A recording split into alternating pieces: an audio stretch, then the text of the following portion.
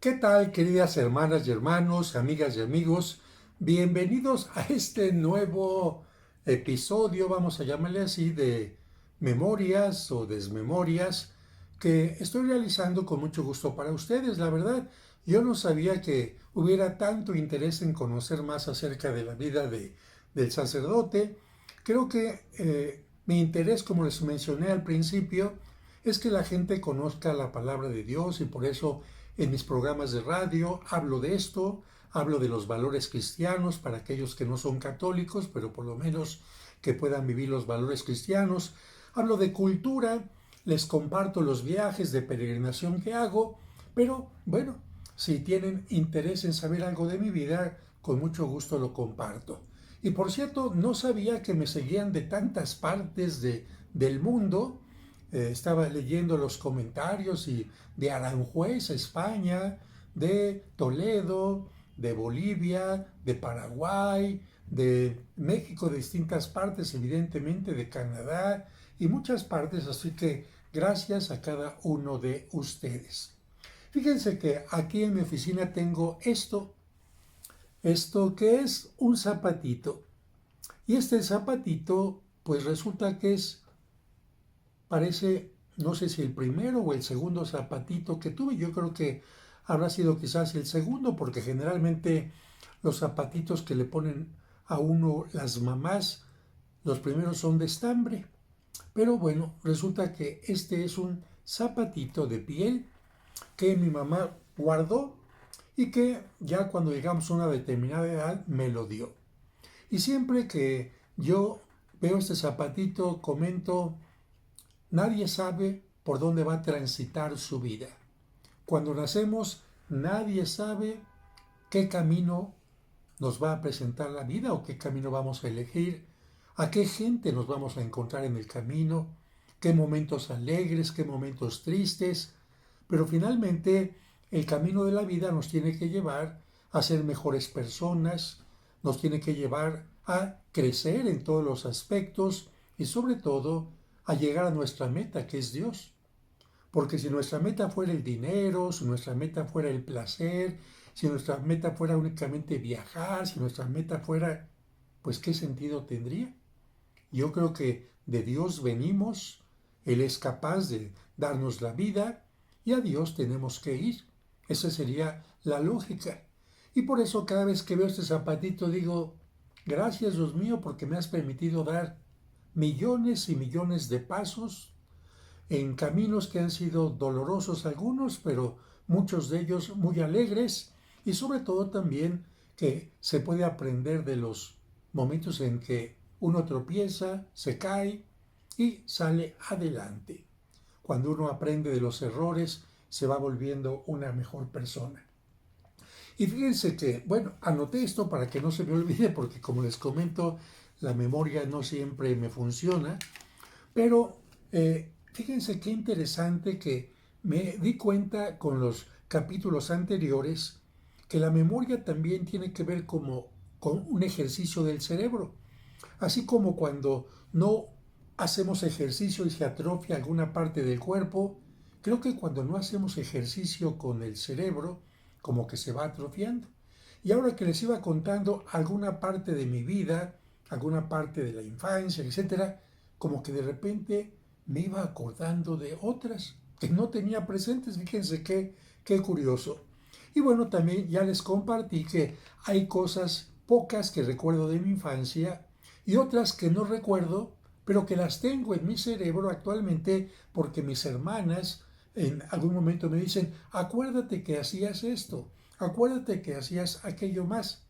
Por ejemplo, que yo, cuando no quería comerme la sopa, la tomaba, me dejaban ahí sentado: hasta que no te la termines, no te levantas. Se levantaban todos mis hermanos, yo era melindroso para comer, y resulta que, ¿qué hacía con la sopa? Bueno, en alguna ocasión la aventé por la ventana, y cuando llegó mi hermana mayor que me cuidaba: ¿dónde está la sopa? Ya me la comí. ¿Y la cuchara? También. Imagínense qué edad habré tenido para hacer esa respuesta. Y claro, al ratito subió un policía que estaba abajo del edificio donde nosotros vivíamos y dijo: hey, aquí se cayó un poco de sopa y aquí está esta cuchara. Bueno, de eso yo no me acuerdo. Dicen que precisamente en una ocasión, cuando me iban a comprar unos zapatos, era mi cumpleaños y que me dijeron, ¿qué zapatos quieres? Y me acuerdo que en ese momento yo elegí unas botas. Bueno, yo no me acuerdo de ese momento, pero me acuerdo que tengo una foto donde estoy con unas botas. Y precisamente dicen mis hermanas que cuando no quería comer, echaba la sopa en las botas y no se daban cuenta. Hasta que un día mi mamá, en la noche, eh, empezó a oler algo raro, porque como niño ustedes creen que me echaba la sopa y luego ya en la noche limpiaba las botas o algo. No, como niño yo creo que la vaciaba, pero no limpiaba las botas. Entonces mi mamá algún día en la noche, cuando se empezó a juntar esta situación de la sopa adentro, dijo, ¿qué huele tan mal? Empezó a buscar, a buscar, a buscar. No se le ocurrió buscar en las botas hasta que se fue acercando y encontró las botas, las olió, olían feo, empezó a medio a rascar y vio que había ahí, creo que dicen mis hermanas que había como sopa de letras, no sé qué. Bueno, pues imagínense esas travesuras que hace uno de niño, se puede acordar uno, no por uno, sino se puede acordar por lo que las personas eh, decían de o dicen de uno. Hoy les voy a contar de un momento en que estuve a punto de morir de niño. De niño, sí. Yo estuve días difíciles porque no entendía lo que estaba pasando. Eran días cercanos a la Navidad, habían pasado las posadas, eran días de Año Nuevo, eran días de Reyes y yo estaba en el hospital. No solamente en el hospital, sino en un cuarto solo, en donde, de eso sí me acuerdo, le habían dicho a mis papás, pues váyanse despidiendo de él, porque a lo mejor no continúa. Para mí eso fue muy fuerte. Quizás ellos no estaban en conciencia de que yo estaba escuchando lo que le decían a mis papás afuera del cuarto, pero sí, yo sentí que me moría. ¿Cuántos años habré tenido? No me acuerdo. Me acuerdo del cuarto frío, me acuerdo, incluso creo que era de color verde, una cama metálica. Aquí tenía una transfusión de sangre, aquí tenía del otro lado tenía el suero y pues medicamentos o no sé qué, pero estaba ya, de eso sí me acuerdo de la cama, me daba mucho frío y me sentía solo, porque además no permitían que entraran mis hermanos a verme, solamente un ratitito mis papás, y bueno, yo iba enflacando y enflacando y enflacando, y primero le habían dicho a mis papás que era tifoidea. Yo me acuerdo cuando escuché esa palabra, dije, ¿qué será eso de tifoidea? Quién sabe, será como un resfriado. Pero bueno, nada. Yo iba enflacando, enflacando y afortunadamente hubo algo que me salvó de aquella situación, porque iba bajando de peso, de peso, de peso. Yo creo que no había todos los estudios que se tienen ahora. Estaba en el hospital de Hacienda, eso me acuerdo también, porque como mi papá trabajaba en Hacienda, tenía derecho a eso. Y fíjense lo que me salvó en esa ocasión. Llegó la fiesta, creo que de Navidad, no recuerdo si de Navidad o de Reyes, pero mi cuarto daba a la calle. Yo escuchaba, no podía abrir la ventana, pero escuchaba que los niños estaban jugando ahí.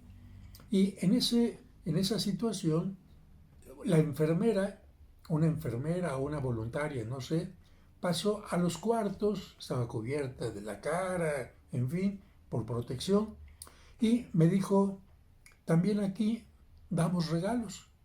Y entonces llevaba una pelotita y otros juguetes y me dijo, ¿qué es lo que quieres? Una pelotita verde, de eso sí me acuerdo, que tenía una estrellita, y le pedí la pelotita. Y claro, abracé la pelotita porque se me hizo un color muy bonito, pero cuando no se dieron cuenta, cuando ya era como tarde, noche, no recuerdo, pero lo que recuerdo es que los médicos estaban como en la salita cercana a mi cuarto y como que estaban festejando, así como de felicidades, brindis, se decían palabras, no estaba cada uno en sus lugares como normalmente, sino que se escuchaba que estaban como en fiesta. Y aprovechando que estaban así, yo me levanté. ¿Cómo le hice? ¿Quién sabe? Porque me fui orillando a la cama. Fíjense, hagan de cuenta, esta es la cama. Y como no tenía piecera, me fui orillando, acercando, así, acercando, acercando hasta el frente, para que no se cayera el suero ni la sangre. Así me fui acercando, acercando, acercando. Y cuando estaba en la orillita, como la cama no era muy alta, me resbalé y quedé de pie, fíjense. Luego, así como estaba, agarré la pelotita, no sé cómo le hice, ya habiendo puesto los postes de la sangre y del suero, trato de acordarme, pero de repente pues tenía ya la pelotita y la puse en el piso y con la pelotita empecé a dar pequeñitas pataditas hacia la pared y se me regresaba la pelota y pataditas y pataditas y pataditas. ¿Quién sabe cuántas veces estuve dando pataditas, pataditas, pataditas, pataditas? Hasta que llegó una enfermera y me dijo, ¿qué estás haciendo? ¿Cómo es posible? Y llamaron a otras personas, me acostaron, incluso me pusieron una especie como de cinturón de tela para que no me levantara. Pero aquí vino lo importante. Después de esto que estuve haciendo, al día siguiente pasó algo que, digo, me salvó la vida. ¿Por qué? Porque a partir de entonces los médicos se dieron cuenta de lo que me estaba haciendo bajar de peso, lo que estaba haciendo que el alimento parece no lo recibiera bien. ¿Y saben qué era? Una cáscara de tejocote que se me había quedado pegada al intestino. Es lo que, así, como que entendí lo que me dijeron mis papás después explicándome, que se me había pegado, como es muy delgaditito el tejocote, se me había quedado pegada esa cáscara y no la detectaban los exámenes que me habían hecho. En aquel tiempo no había mangueritas que se metían y se sacaban y no salía. Y afortunadamente ellos piensan que por este ejercicio que estuve haciendo, duro y duro y duro, algo se movió y así es como salió la cascarita de tejocote y así fue como me salvé. A partir de ese momento empecé a comer bien, empecé a engordar poco a poquito y regresé a mi casa. Pero eso hizo también que, por lo flaquito que estaba, se hayan preocupado en darme de comer un poquito de más.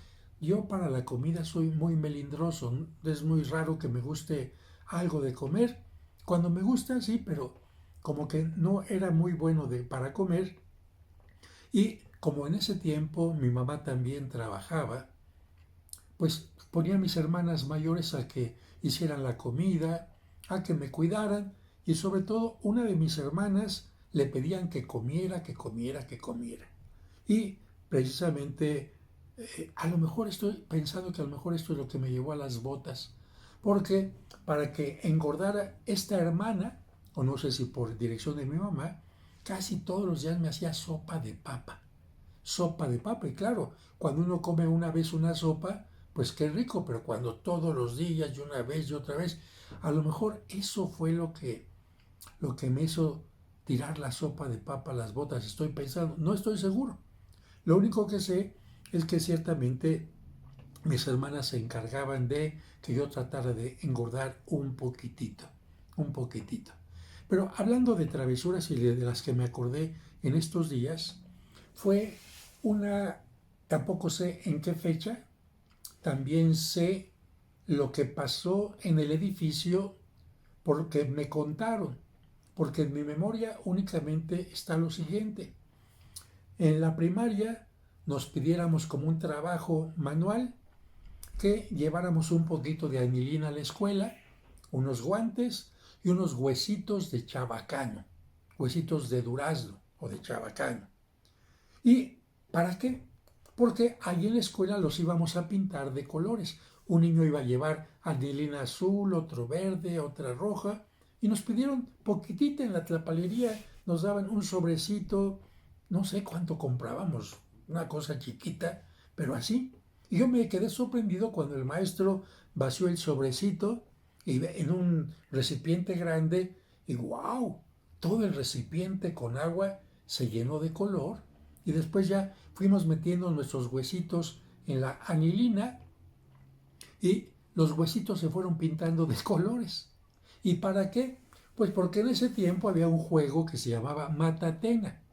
Y el juego consistía en lanzo los huesitos así, y después con la pelota, ¡pum! Fíjense, una pelota de goma, y hacías uno la pelota, ¡pum! Y en lo que la pelota iba botando así, uno tenía que agarrar el huesito y cachar la pelota. ¡Pum! Y así. Y la cosa es empezar de un huesito, dos huesitos, tres huesitos, cuatro huesitos, y de acuerdo al el color, el huesito valía. Bueno, no es huesito, es una semilla realmente, ¿no?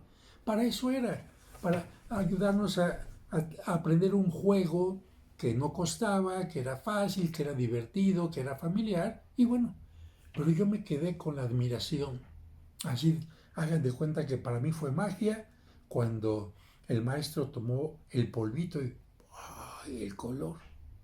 Entonces yo dije, qué bonito, cómo me gustaría que mi familia viera esto que yo vi aquí, que el agua se convierte en un color bonito. Fíjense, esa fue mi idea, no era travesura, sino era que mi familia pudiera ver que el agua de repente se convertía en un color bonito. Y luego pensé, pero no solamente mi familia, sino también el edificio. Y entonces, pensando en esta forma, no en hacer una travesura, yo junté varios domingos, creo que nos daban $1 de domingo, y fui y compré un paquete grande de anilina. Un paquete grande, no era poquito, un paquete grande. Y fíjense lo que hice. Vivíamos en un edificio. Me subí hasta la azotea, abrí la tapa del tinaco del edificio y eché todo el paquete de anilina, así, incluso con las manos, con anilina. ¿Y qué creen que pasó? Pues todo el tinaco del edificio se pintó de color rojo con todo el agua. ¿Qué es lo que pasó? En las casas, pues no pasó lo que yo esperaba, que, ay, qué bonito que está el agua, está saliendo de color rojo, ay, qué maravilloso. No, pues evidentemente, que ahora con el paso del tiempo lo entiendo, y por qué mi papá y mi mamá me regañaron, porque en todas las casas salía agua, en el lavadero, en el fregadero, en la ducha, todas las llaves estaban sacando agua de color. Imagínense, yo pensando, ay, qué bonito, ¿vale? Cuando abran la llave, ay, el agua bonita de color. Pues no, porque eso significaba algo que no era como agradable para comer, algo agradable para bañarse. Y además, cuando preguntaron los vecinos quién habrá hecho esto, pues, y mi familia me preguntaba, yo no podía mentir. ¿Por qué? Porque tenía pintados los dedos de anilina. Pero fíjense, mi intención ahí no era hacer daño. Mi intención, como les dije, era la intención de un niño inocente de que la gente se sorprendiera por algo. Así como pienso ahora, si vamos a una fuente y de repente la fuente de color blanco cambia de colores, ¡ay, qué bonito! Sí, pero una cosa es una fuente y otra cosa es lo que pasa en la casa. Y con esta travesura les comento qué hermoso es que la gente vaya tomando conciencia de las cosas. Porque cuando uno es niño no valora las cosas ni para bien ni para mal. Hay cosas malas que uno hace sin darse cuenta que está haciendo algo malo. Hay cosas buenas que uno no valora y que se pierde por no saber el valor de las cosas. Y cuando uno va descubriendo, ah, caray, hice algo malo, sí me duele. Hay un sentimiento de culpa, pero evidentemente, como lo doy en mis clases ahora de autoestima, uno tiene que aprender de esos errores. Y finalmente, ustedes como yo, somos lo que somos gracias también a nuestros errores. Nuestros errores nos han dado una gran enseñanza en la vida. Y bueno, eso es parte de, de las travesuras de niño. Hubo otra cosita que también ya comenté porque sirvió para hacer una película. En aquella edad, tampoco recuerdo la edad exactamente. Miren, recuerdo que afuera de las escuelas pasaban en aquel tiempo personas con unas cajas grandotas, así grandotas, con divisiones, cajas de cartón llenas de pollitos. ¿Por qué? Porque su intención era que los niños le pidieran a su papá o a su mamá, cómprame un pollito. Y les resultaba. Pollitos. ¡Ay, qué lindos pollitos! ¡Wow! ¿Me compran uno? Pero es que no son juguetes, mijo. Son seres vivos estos. ¿Eso quiere decir que ellos también respiran? Exacto. ¿De verdad lo quieres? Sí, por favor. Dame una. Todo el mundo quería un pollito. ¡Ay, qué bonito! Quiero tener un pollito. Ahora sabemos que los pollitos no son juguetes. Pero eso ha sido con el tiempo. En aquel tiempo, pues no se pensaba lo mismo, ni con los perros, que ahora se les dan muchos derechos y cosas así. En aquel tiempo, ¿no? Y entonces me compraron, no sé si yo lo compré o qué, pero resulta que mi hermana Blanca, mi hermana menor, y yo teníamos un pollito. Mi hermano Paco creo que a él no le gustaban. Mi hermano Paco era muy especial, nunca bailó con nosotros, él tenía como ideas más científicas desde niño. Y bueno, resulta que los dos pollitos en una cajita los puso mi papá, mi mamá, y en la noche, cuando yo ya estaba acostado y listo para dormirme, no me era fácil dormirme, después les voy a contar esta parte, porque mi fantasía era muy fantasioso. Cuando apagaban la luz, yo me empezaba a imaginar que la cortina se movía o que la silla tomaba vida, pero bueno, eso será otra cosa. Y cuando apagaban la luz, yo empecé a oír los pollitos pi, pi, pi. Nadie de mi familia les hizo caso, todo el mundo se durmió, pero yo seguía como, hayan de tener frío. Y entonces lo que se me hizo muy sencillo fue tomar a los dos pollitos, subirlos a mi camita.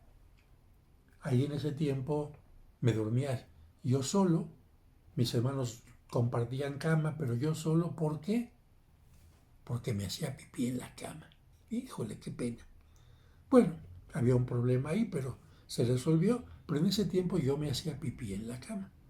Incluso me habían comprado un colchón especial como de hule, de Pancho Pantera, para pues que no se transminara el orín.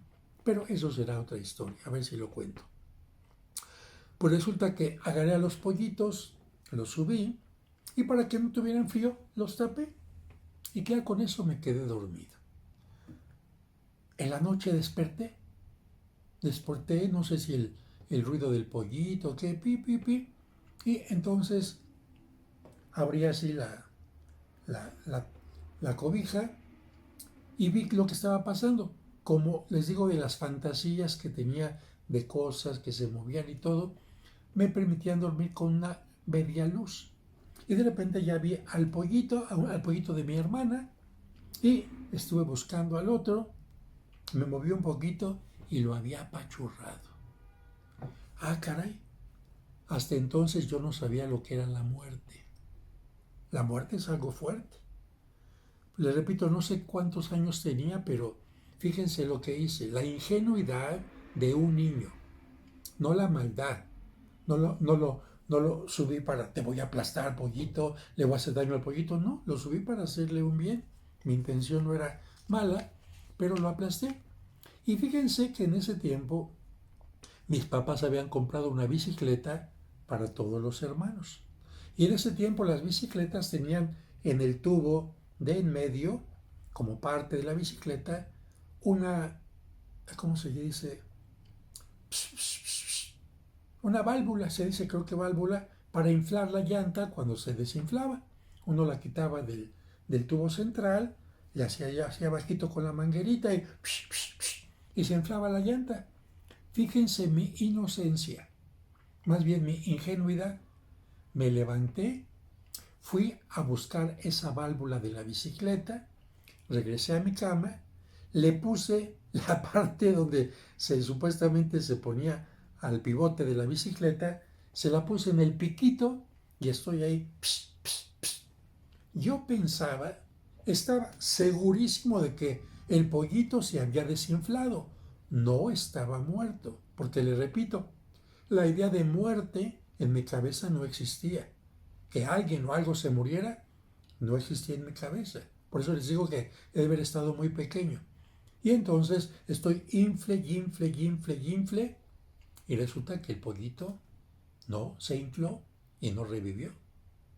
Me sentí tan mal, me sentí con un sentimiento de culpa tan tremendo, pero también no quería que supieran que no había aplastado. Regresé a colocar la bomba en su lugar, puse a los dos pollitos en la caja donde estaban, los bajé de mi cama al lugar donde estaban inicialmente y me acosté sin poder dormir hasta que me ganó el sueño. Al día siguiente preguntaron, ¿algo le pasó al pollito? ¿Se murió? Yo no dije nada. Sentimientos de culpa y sentimientos de dolor y enfrentamiento con la muerte. Me acompañó eso sí me acuerdo, de eso sí me acuerdo porque creo que cuando una experiencia es muy dolorosa, nos hace sentir muy mal, creo que a lo mejor por eso la recordé. Pero esta historia me ayudó para otro momento, para dar un mensaje. Ya les compartí, creo que esto en algún video, pero se los vuelvo a compartir. Cuando estaba estudiando con estos dos cómicos ahora, Adrián Uribe y Omar Chaparro, fuimos compañeros en el estudio de actuación, y ellos querían hacer una película, un cortometraje, y como yo escribo cuentos, ya había escrito un cuento. Precisamente en el cuento, un niño va aprendiendo la importancia del aire, especialmente cuando va a acompañar a su papá al hospital a ver a su abuelo. Entra el niño con el papá a ver a su abuelo y ve que el abuelo está acostado y está conectado a una máquina que le da aire, y ese aire le infla los pulmones y hace que esté respirando. Cuando salen del cuarto, el niño le dice al papá, oye papá, ¿para qué venimos a ver a nuestro abuelo si no abre los ojos, no habla ni nada, nada más está lleno de aire?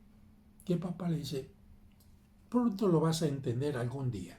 Bueno, en el pasillo se encuentran a una mujer que está embarazada y le dice el niño al papá, oye papá, ¿cómo le hacen cuando nace un bebé para que aprenda a respirar? Y el papá le dice, mira, para que el niño aprenda a respirar, cuando nace se le da una nalgadita. Y a partir de ese momento entra aire. El niño cuando va a llorar, entra aire, y a partir de entonces ese niño está,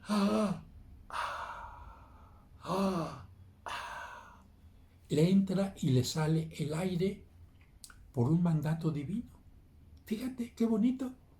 Y ese niño dice, entonces la vida es poder tener este aire que Dios nos da. Porque cuando nacemos, Dios hace como le hizo a Adán, nos sopla y nosotros empezamos a vivir.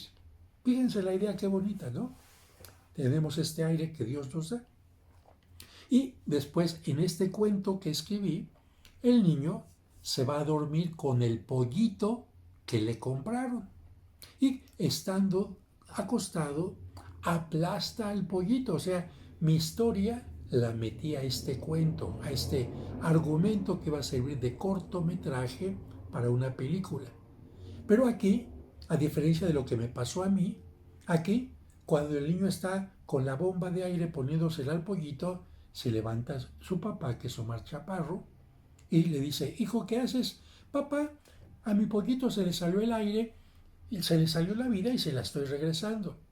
Y Omar Chaparro le dice, no, hijo, cuando este aire que Dios nos dio, que entra y que sale, se va, cuando expiramos, sacamos este aire en algún momento y ya no regresa, es porque ya estamos muertos. Y no hay nada, ninguna bomba, ningún aparato que haga que volvamos a vivir. Y así consuela al niño. Pero después de que consuela al niño, el papá va a su cuarto y piensa, ¿qué he estado haciendo con mi papá todo este tiempo? Mi papá ya está muerto. Mi papá tuvo muerte cerebral. Los médicos me dijeron que ya estaba muerto, pero como está conectado a una máquina que lo hace que se llenen sus pulmones y salga el aire, yo pensé que estaba vivo. Pero ya me di cuenta que mi papá, cuando se perdió este aire que Dios nos da, perdió la vida.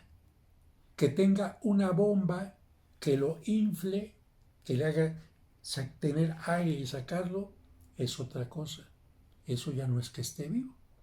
Y entonces el papá entiende la lección y entonces le va con el papá de él, que en la película soy yo, y dice, papá, ahora entiendo que tú ya te fuiste hace mucho tiempo, te he conectado a una máquina, pero me doy cuenta que la máquina no es Dios y por lo tanto te desconecto.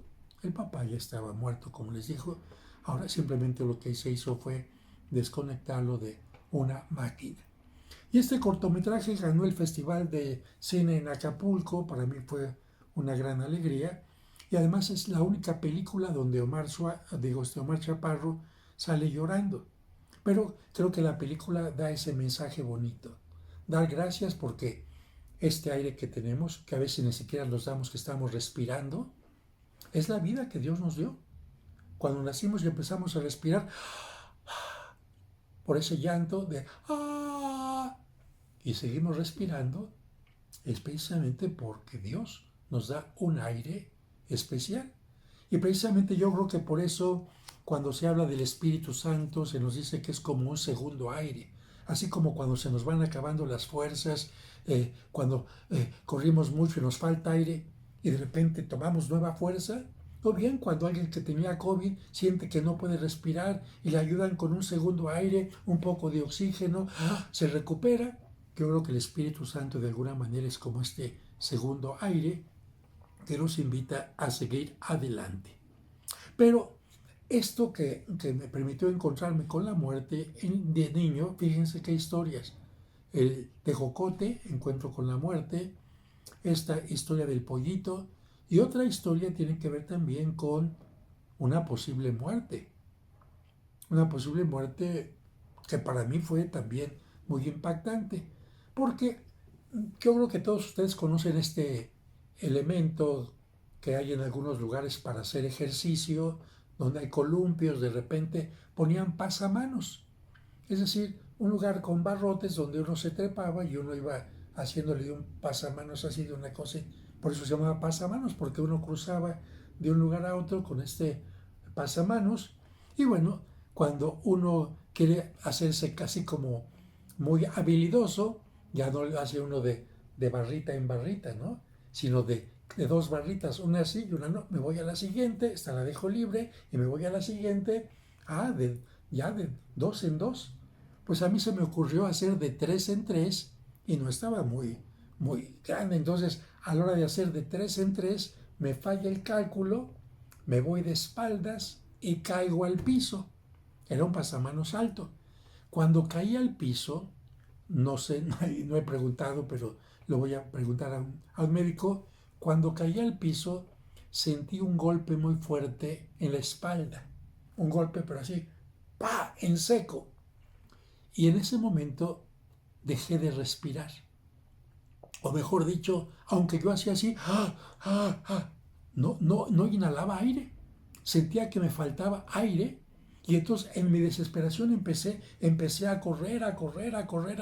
Yo sentía que me iba a desmayar porque me faltaba el aire, hasta que en un momento determinado, como que volví a sentir que entró el aire y dije, pero esa angustia, no sé cuántos segundos haya durado, pero es un recuerdo que también está en mi mente.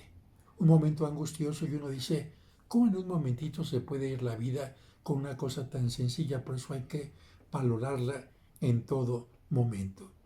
Y viene otro momento también de mi infancia que tiene que ver con un momento de hospital.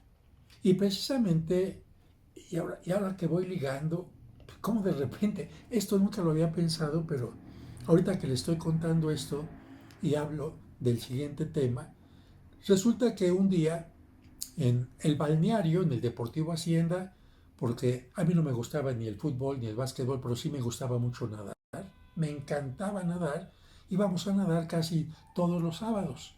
Mi papá nos llevaba a jugar antes béisbol, pero a mi papá le gustaba y a mi hermano y a mis hermanas, a mí no me gustaba, yo alberca.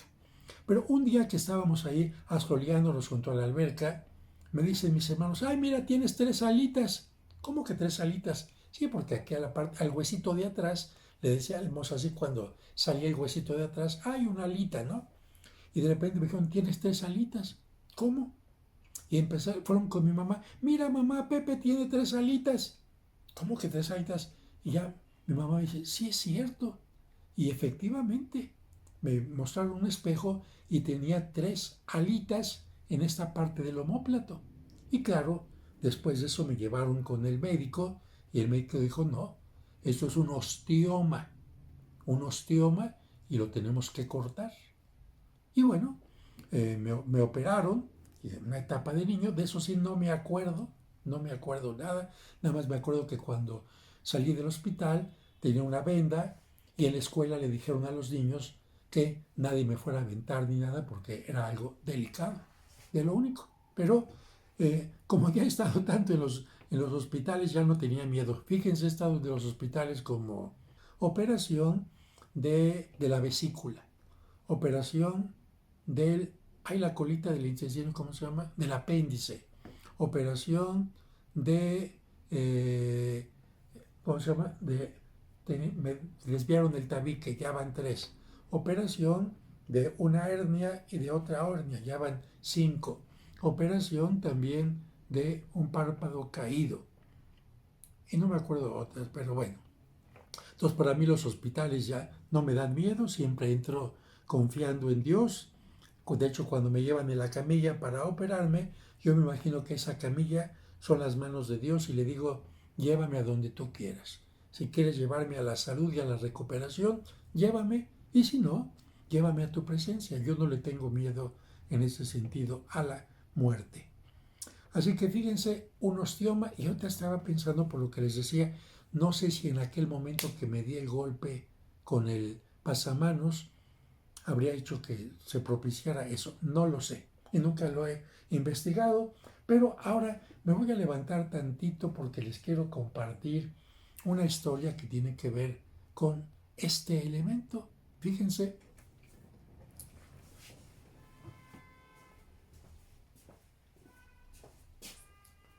Aquí está. Aquí está este elemento que es un patín y ahorita vamos a platicar de esto. A lo mejor algunos de ustedes tuvieron alguno de estos patines, pero antes de esto quedó pendiente en el video anterior que les iba a hablar de que hubo fuego en mi primera comunión. Miren, la primera comunión la hice en la parroquia del Sagrado Corazón de María en la Colonia del Valle, una parroquia muy bonita, muy grande, porque la hice dentro del colegio. Mis hermanos siempre fueron a escuelas de gobierno, como se dice popularmente, y como yo, por alguna particularidad, no como lo de que no aprendí a leer, sino que aprendí de memoria las lecturas y otras cosas, como me hacía pipí, entonces me metieron a una escuela de paga. Y en esa escuela de paga, que era católica, ofrecían preparar a los niños que íbamos ahí a la primera comunión. Y ahí aceptaron que mis hermanos también se prepararan. Como era un grupo como de 30 niños, 40, se buscó una iglesia grande y bonita y eligieron esa iglesia. Y nos pidieron que fuéramos a ensayar un día antes, un viernes, porque la primera comunión era el sábado. Ahí llevamos todos los niños en camiones especiales, van a entrar con tal distancia, se van a sentar en cada lugar, ya teníamos nuestro lugar asignado, Reclinatorios, un reclinatorio para niñas, uno para niños, uno para niñas, uno para niños, así en filitas. A la hora de comulgar, pasas tú, comulgas, te das la vuelta por acá y te pones en tu reclinatorio con tus ojitos cerrados, con tu velita en la mano, dando gracias a Dios por todo. Y muy bien, el ensayo muy bien. Pero ensayamos en la tarde y la iglesia pues no estaba en todo su esplendor. De hecho, como que no llamaba la atención tanto. Pero además, como estábamos con las instrucciones de vas a pasar por aquí, tu primero niño, tú después, etcétera, no le puse tanta atención a la iglesia. Y al día siguiente, ya cuando fue el día de la primera comunión, ya estábamos todos ordenados así en fila para entrar a esa magnífica iglesia y me tocó entrar solo.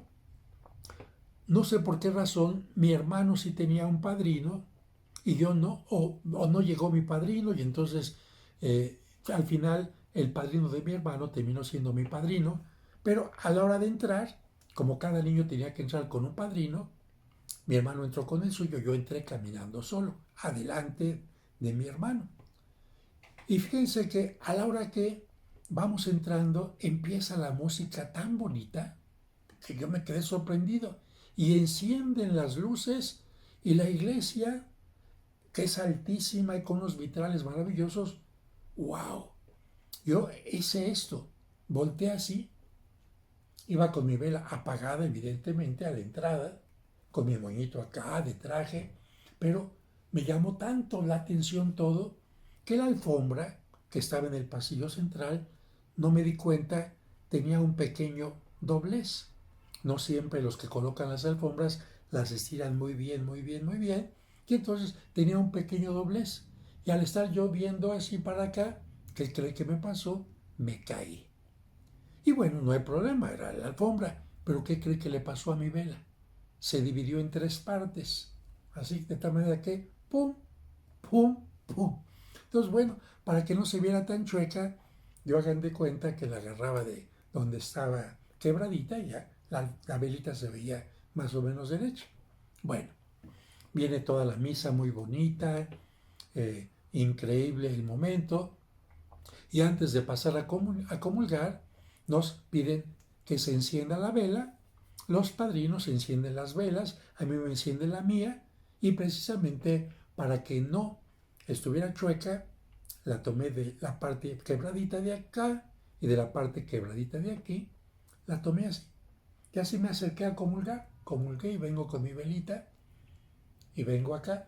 La orden era que cuando regresáramos de comulgar nos hincáramos cada quien en su reclinatorio. Adelante de mí había una niña que tenía que estar en su reclinatorio. En ese momento, cuando ya era el momento de hacer oración, yo nada más agarré la vela en la parte de abajo y se hizo tantito así, con la llamita para arribita, y yo con mis ojos cerrados, así sobre el reclinatorio, tranquilo. Pero la niña que estaba delante de mí, como lo hacían a uno que no comiera nada para ayunar en la comunión, no sé si se sintió mal o alguna cosa, y la niña que estaba delante de mí, que tenía que estar hincada, se sienta y al sentarse, fíjense, se coloca exactamente pegada a mí y con el velo que tenía en la cabeza, resulta que se le enciende por la vela que yo tenía aquí. Sí, la niña tenía que estar allá en su reclinatorio, no sentada junto aquí. Ya cuando se fuera a sentar, teníamos que apagar las velas y ya se podía sentar en su lugar. Pero como la niña se sintió mal, al sentarse cerca de mi vela, yo con los ojos cerrados, no me doy cuenta, se le enciende el velo, ella siente el calor, grita, yo hago algo para arrancarle el velo, con lumbre, etc. Y bueno, ya no me acuerdo qué más, nada más me acuerdo de eso. Alguna maestra o maestro solucionó el problema, a la niña vieron que estuviera bien, no le pasó a mayores, nada, solamente fue parte del pelo y del velo y se acabó. Bueno, ese fue parte de mi momento de primera comunión. Yo comulgué, yo estaba en oración muy bonito, ya después vino la regañada, yo no tenía la culpa, y después vino también algo muy curioso el día de la primera comunión. Terminando la primera comunión, teníamos todos hambre porque nos hacían ayunar desde la noche anterior. Y había que ir todavía a la fotografía, porque en ese tiempo se acostumbraba a ir a un estudio para que con el traje de la primera comunión de mi hermana, de mi hermano y yo, junto a una imagen de un Cristo de estudio, nos tomaran la fotografía. Pues bien, yo, está bien, pero por lo menos algo que nos den, que tengo mucha sed. Y entonces mi hermana pidió un refresco, mi hermano otro, y yo pedí un refresco que se llama Delaware Punch, que es de uva, pero lo pedí por el nombre porque no lo conocía. Y entonces a la hora que lo estábamos tomando, decía, ay, qué raro, no tiene gas. Y me dijo mi hermano, sí, no tiene gas. Y entonces, por estar jugando para ver si salía gas, le soplé y no sé qué pasó, pero resulta que el refresco sale y me mancha toda la camisa blanca, de color uva. Imagínense, se mancha toda la camisa y entonces, ¿cómo vamos a ir al estudio? No hay otra camisa, no hay otra camisa, ahorita ¿dónde la vamos a conseguir? Pues llegamos al estudio y entonces lo que tuvo que hacer mi mamá, y pues se entiende, quítate la camisa, la vamos a lavar aquí y aunque esté húmeda, aunque esté húmeda, te la pones húmeda para la fotografía. Y así fue.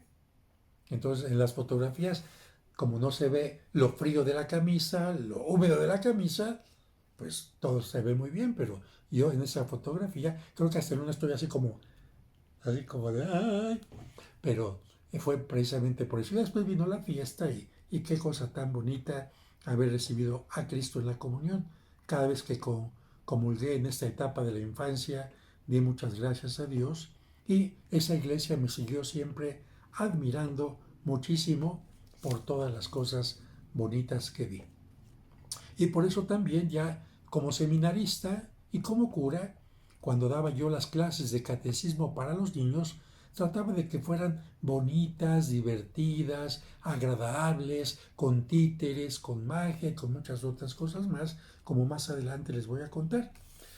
No pensé alargarme tanto, todavía faltan algunas cosas más, pero ahora les voy a contar de esto y cómo también de repente hay angustias, hay momentos difíciles en la vida que se quedan marcados, como que me sucedió con esto. Estos son patines, nada de plástico como ahora, esto fierro, fierro, fierro, y con la idea de que si el pie del niño crece, ¿qué se hace? Pues algo muy sencillo, aquí abajo tiene una tuerca, le quitas la tuerca y lo puedes alargar, chiquito o más grande.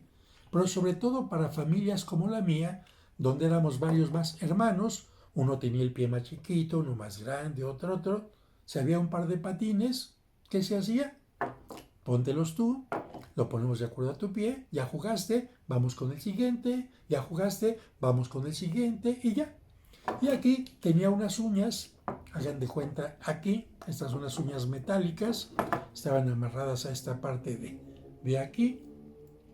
Y las uñas también se podían hacer grandes para que entrara el pie, y ya que entró el pie, se agarraba la uña y quedaba perfectamente agarrado de adelante, y con esta correa quedaba agarrado de atrás. Y a patinarle duro, nada de plástico ni nada, todo esto era fierro, y con esto patinaban mis hermanas, patinaba mi hermano, patinaba yo, nos íbamos turnando, pero de las mayores a los menores, pues también se iban deteriorando los juguetes y resulta que llegaba un momento en que las uñas ya no servían y entonces ahora, ¿cómo le hago para que no se me zafe el pie de adelante? Pues hay que ponerse un cordel, un mecate, tal cual. Y entonces así uno, con toda la humildad del mundo, no tenía uno por qué estar presumiendo patines nuevos. Si había alguien que los presumía, qué bueno, yo tengo mis patines, aunque no sean de gente rica, me los pongo. Y con un mecate al frente. Pero ¿saben que era muy bueno cuando no teníamos para mecates? Las medias de la mamá o las medias de la hermana mayor. Porque en ese tiempo las mujeres usaban medias y cuando ya se les rompían, ¿para qué servía? Para nada. ¿Cómo que para nada? Aquí me pongo la media, le doy vueltas, la amarro y ya quedó bien amarrado el patín. Claro, después para quitárselo había que tener mucha paciencia para quitar los nudos. Imagínense lo que me pasó un día, muy penoso, ay, y por eso me acuerdo también. Un día me tocó salir a patinar, era la tarde, y ¿qué es lo que pasó? Bajé con los patines, vivíamos en un tercer piso de un edificio, bajé con los patines en las manos, ya abajo había unos escaloncitos a la entrada, me senté ahí, me coloqué el patín, me lo amarré de la parte de atrás y la parte de adelante me la amarré con una media, un nudo, 2 nudos, 3 nudos, 4 nudos, quién sabe cuántos nudos le puse, porque yo sí patinaba mucho, de hecho también patiné en hielo, pero me gustaba mucho patinar, mucho, mucho. No tenía que tener otros niños jugando conmigo para patinar, aunque a veces jugábamos carreras y todo, pero aunque no hubiera nadie, yo feliz patinando. Me amarré los patines con estas medias, pero cuando estaba patinando en algún momento me dieron ganas de ir al baño. Híjole, pero unas ganas fuertes, fuertes, fuertes, y córrele patinando, como patinaba rápido, pues córrele patinando a el edificio. Sí, pero estaban las ganas tremendas, tremendas. Me siento en los escaloncitos para quitarme las medias. ¿Quién sabe cuántos nudos le había hecho? ¿Quién sabe cuántos nudos le había hecho a las medias? No me los pude quitar. Y como ya tenía ganas de ir al baño, ¿qué agarré? Pues subí los escalones con los patines, ya ahí voy. Pero subir los escalones con patines, imagínense, ahí voy. Y con las ganas de hacer del baño. Primer piso, segundo piso y medio. Y ahí ya lo aguanté y me hice del baño. Híjole, qué relajo. Qué pena, nunca me había pasado algo así, haberme hecho del baño. Pero después lo peor, porque no estaba mi papá ni mi mamá en la casa, no me acuerdo si una de mis hermanas o qué, o yo entré con la llave, no me acuerdo. Lo que sí me acuerdo es que cuando ya entré a la casa, estaba lleno de popis en mis pantalones. Entonces me los quise quitar para no tener eso y poderme llevar, pero a la hora de quitármelos, como no me había quitado los patines, se atoraron. Entonces ahí va otra vez el pantalón para adentro con toda la suciedad y para quitarme cada uno de los nudos, en fin, buscaba unas tijeras, un cuchillo. Finalmente me pude quitar los patines, me pude quitar los pantalones y junto con patines y pantalones a la regadera porque aquello era tremendo y espantoso. Pero más que aquella parte de este momento desagradable donde uno no puede controlar cosas que son totalmente naturales, me acuerdo de este patín, a cuántas ocasiones nos acompañó, a mis hermanas y a mí, y bueno, ahora tendrá que ir quizás a la basura en algún momento porque pues ¿quién se va a interesar por un patín de estos? No es un patín nuevo de colección, es un patín viejito y esto lo uno el día de hoy a esto. ¿Cuántos caminos nos va trazando la vida? Yo creo que así como les estoy contando ahora a ustedes estos acontecimientos, seguramente ustedes también tienen muchas historias que contar. Ojalá que las escriban, que alguien tiene interés, algo puede ayudar a los demás, pero den gracias por esos pies que nos han acompañado tanto tiempo. Den gracias por ese estómago que nos ayuda en muchas ocasiones. Ya hay muchas otras, como en mi caso, ya no funciona tanto, pero ¿cuántas veces nos ha ayudado a digerir desayunos, comidas, cenas y muchas cosas más? Demos gracias a Dios por esas etapas bonitas de juguetes que tuvimos.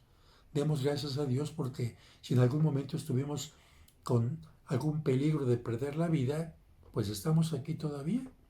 Demos gracias a Dios por aquellos médicos que nos ayudaron a resolver algún problema y por tantas cosas más. Etapas de la infancia que seguramente nos ayudan a entender, como dije al principio, que no entendemos cuando somos niños que la vida es tan frágil, que no entendemos cuando somos niños que hay que tener cuidado con algunos juegos, que no entendemos cuando somos niños que hay que tener cuidado en no dañar a alguien, como pasó con la anilina. Pero finalmente, cuando va pasando el tiempo, como dije, uno va aprendiendo y uno va también pidiendo perdón por aquellas cosas que hace uno mal. Y voy a terminar con algo que nos enseña que cuando se toma conciencia de algo que se hizo sin conciencia, aparece el dolor. Y quizás por eso cuando somos mayores tenemos dolor de cosas que no nos dolieron cuando las hicimos en su momento. Y con esto voy a terminar, ya me alargué, pero voy a terminar. No me acuerdo en qué momento de la vida, de la infancia, no me acuerdo. Me acuerdo que un día vi el monedero de mi mamá abierto con varios billetes. No sé cuántos, pero yo tomé un billete de 50 pesos. No creo saber lo que valía en ese tiempo. Sé que valía mucho, pero no tengo idea en aquel tiempo de cuánto. Lo que sí es que yo los robé. En ese momento no pensé que estaba robando. Pensé que era algo malo, seguramente. Todavía no había hecho la primera comunión, porque me acuerdo que a partir de que hice la primera comunión, cuando nos explicaron el mandamiento de no robarás, nos hicieron entender que aunque tomáramos cosas de nuestra casa, de nuestros papás, eso era robar. Porque antes para mí como que si es de la casa y lo tomo, pues no es robar, ¿verdad? Pero en el catecismo, ahora sí estoy acordándome de esa parte, nos enseñaron claramente eso.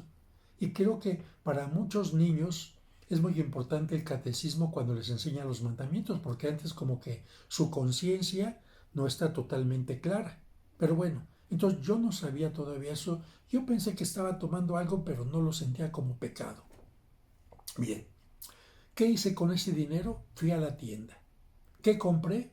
Una cantidad enorme de dulces. Hasta me acuerdo que el de la tienda me dijo, ¿todo eso de dulces? Dije, sí. Y ya los fui eligiendo, vaquitas Woms, toficos, chicles Adams, un chocolate no sé qué, mazapanes, una bolsota tremenda. Y para que no me cacharan mis hermanos que tenía tantos dulces, los metí abajo del colchón. Y ahí, poco a poquito iba sacando 1, 2, y de repente le compartí a mis hermanos Paco o Blanca.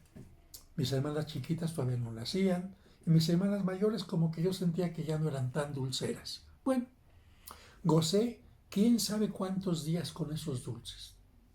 En fin, hasta ahí pasó. No volví a pensar en ese momento hasta que después de muchos años, ya estando mayor, un día mi mamá nos comentó que pues había tenido un momento difícil ella y mi papá para poder vivir en otra casa rentada. Pues estábamos en una casa rentada y tuvimos que irnos a otra.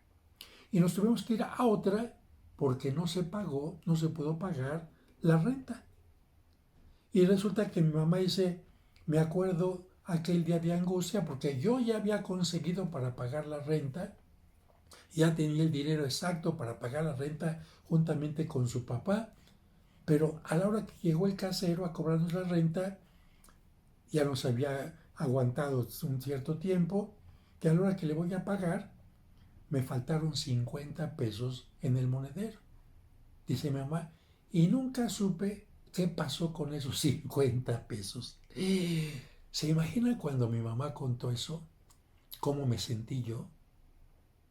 Porque no solamente contó que por esto tuvimos que dejar la casa, sino que como no habían conseguido todavía otra casa para poder ir a vivir, nos tuvimos que ir a vivir, pues la palabra no suena tan bonito, pero de arrimados con unos familiares que nos recibieron unas semanas en su casa y después ya fuimos a vivir a otro lugar, ya más holgadamente, porque además mi papá, cuando llegó de Saltillo para México, pues fue ascendiendo poco a poquito en el trabajo. Ya después tuvo un trabajo mucho mejor, pero en un tiempo creo yo que con tantos hijos, en ese momento éramos 5 por lo menos, la situación no era tan holgada, pero entonces imagínense que cuando yo era niño gocé esos dulces con esos 50 pesos. No pasó por aquí, por mi mente, es pecado, estoy haciendo algo malo, estoy afectando los planes de mi papá, de mi mamá, voy a ocasionar una desgracia. No. Pero en el momento en que mi mamá nos cuenta eso, riéndose un poquito, ¿no? Ella de la movedera de muebles y la cambiadera y cargar a los niños por acá. Pero cuando me comentó eso, imagínense el dolor tan grande que sentí de haberme dado cuenta de algo que quizás lo hice sin intención negativa, pero que ocasionó dolor. Y yo creo que eso pasa con aquellas personas que en un tiempo hicieron las cosas inconscientemente y después se dieron cuenta del mal que hicieron. Y creo que a eso se le llama precisamente el dolor de los pecados. Sentir dolor profundamente por algo con lo que uno pudo haber ocasionado un daño, un mal, un malestar, un momento negativo.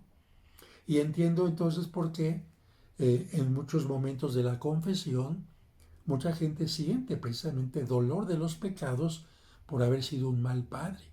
No quisieron ser malos padres, pero quizás no tomaron conciencia que darle un mal golpe, bueno, no hay malos golpes, son golpes siempre, pero por haber sido demasiado exigentes o demasiado consentidores, o por haber no corregido a tiempo, o por haber no dado el tiempo necesario, o por no haberle dado a la pareja el acompañamiento adecuado, o por haberse dejado llevar por el alcohol, en fin, cómo la gente, cuando siente este dolor profundo de los pecados, tiene que decir perdón a Dios, perdón a quien ha hecho daño y decir, tengo que hacer por lo menos algo bueno para que esto no continúe haciéndome daño.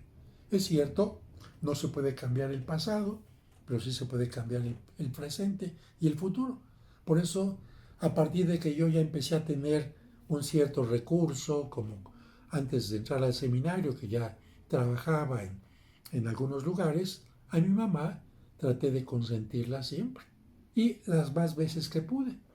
Durante un tiempo, mamá, vámonos al cine, vámonos al teatro, a papachos, etc. ¿Por qué? Porque seguramente de niños no siempre valoramos lo que hicieron nuestros papás, muchas veces habremos sido dolores de cabeza para ellos y por eso precisamente cuando podemos hacer que ellos tengan algo agradable, una comida, una salida, unas vacaciones, un vestidito, un perfume bonito, hagámoslo, porque llegará el momento en que ellos se van, se les acaba este aire de vida y por más que nosotros queramos decirles no te mueras, no te vayas, por más que queramos conectarlos a una máquina, ya no regresan, se van para siempre y en esta tierra no los volveremos a ver. En la presencia de Dios, si es que vamos al mismo lugar todos, sí, pero si no, no. Así que valoren a sus padres y de sus historias de niños traten de sacar lo mejor. Quedan muchas cosas pendientes, pero eso será en la siguiente ocasión, como cuando en Roma, una de mis peores experiencias de verdad. En el siguiente video. Y escriban sus comentarios. Que Dios les bendiga.